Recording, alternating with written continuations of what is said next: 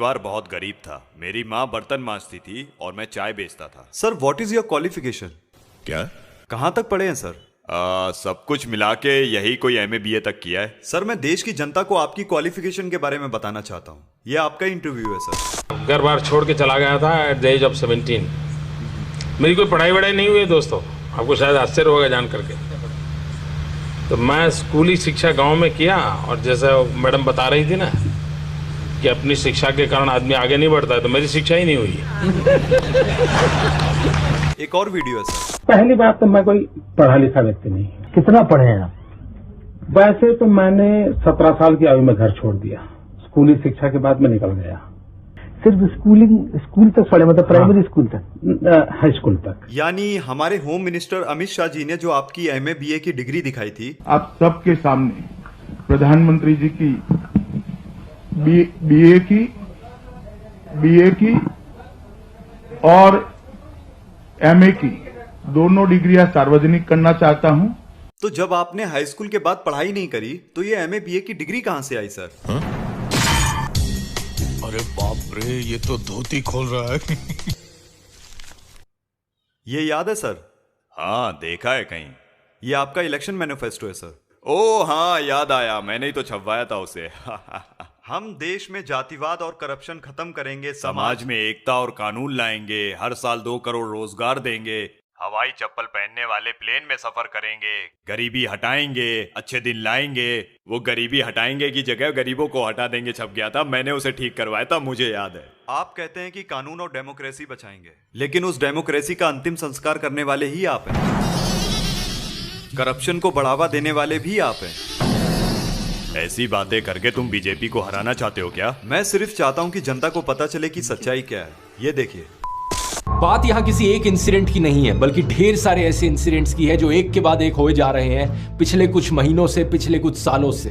वो सारे इंसिडेंट्स जो सिर्फ एक चीज की ओर इशारा करते हैं कि हमारा देश वन नेशन वन पार्टी की ओर आगे बढ़ रहा है। मीडिया से ऑपोजिशन की आवाज को पूरी तरीके से खत्म कर देना, MLAs की हॉर्स ट्रेडिंग, इलेक्टेड सरकारों से पावर छीन लेना नए कानून बनाकर, इन्वेस्टिगेटिव एजेंसीज का वेपनाइजेशन, ED CBI का प्रेशर बनाकर ऑपोजिशन पॉलिटिशियंस को जेल भेज देना, स्टेट गवर्नमेंट्स की वर्किंग में इंटरफेयर करना गवर्नर्स का इस्तेमाल करके, स्टेट गवर्नमेंट से फंड्स को ही विदहोल्ड कर लेना, जनता से प्रोटेस्ट करने का अधिकार ही छीन लेना, और अगर कोई प्रोटेस्ट करे तो उनका टीयर गैस और रबर बुलेट से स्वागत करना, इलेक्टोरल बॉन्ड्स का इस्तेमाल करना अपनी सारी फंडिंग छुपाने के लिए, और अगर कोई ऑपोजिशन का कैंडिडेट इलेक्शन जीत भी जाए तो सीधा सीधा इलेक्शन फ्रॉड करके खुद को जिता लेना।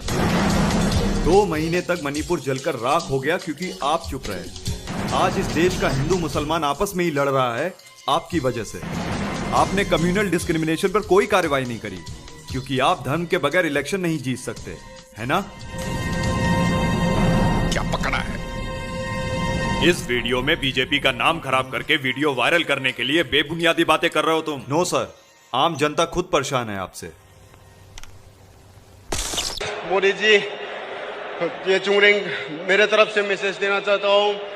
हिंसा हो रहा है मणिपुर में, ऑलमोस्ट 1 ईयर हो गया, और हर दिन लोग मर रहा है, और रिलीफ कैंप में कितना लोग रहता है, खाना पीना अच्छी से नहीं मिल रहा है, और बच्चा लोग अच्छे से पढ़ाई नहीं कर रहा है। हम लोग फ्यूचर के लिए बहुत परेशान है मणिपुर। और मोदी जी, आप एक बार आके मणिपुर में विजिट कर लीजिए और जल्द से जल्द मणिपुर को शांति चाहिए, प्लीज। कीड़े पड़ के मरेगा तू, कीड़े पड़ के भड़वे।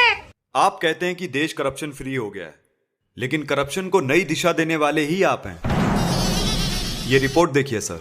न्यूज लॉन्ड्री की 2 दिन पहले की इन्वेस्टिगेशन ने बताया कि ईडी का इस्तेमाल सिर्फ बाकी पार्टीज के खिलाफ नहीं किया जा रहा है, बल्कि देश में कंपनीज के खिलाफ भी किया जा रहा है। कम से कम 23 ऐसी कंपनीज जिन्होंने आज तक बीजेपी को कोई पैसा नहीं डोनेट किया था, उनके ऊपर सेंट्रल एजेंसीज की रेड होती है और एक पैटर्न देखने को मिलता है। रेड के बाद वो कंपनीज करोड़ों रुपए डोनेट करती हैं बीजेपी को। टोटल में 335 करोड़ रुपए इन कंपनीज ने बीजेपी को डोनेट किए जिन पर IT या ED की रेड पड़ी थी। अब बोलिए सर, जनता से ज्यादा आपको अपनी कुर्सी प्यारी है ना?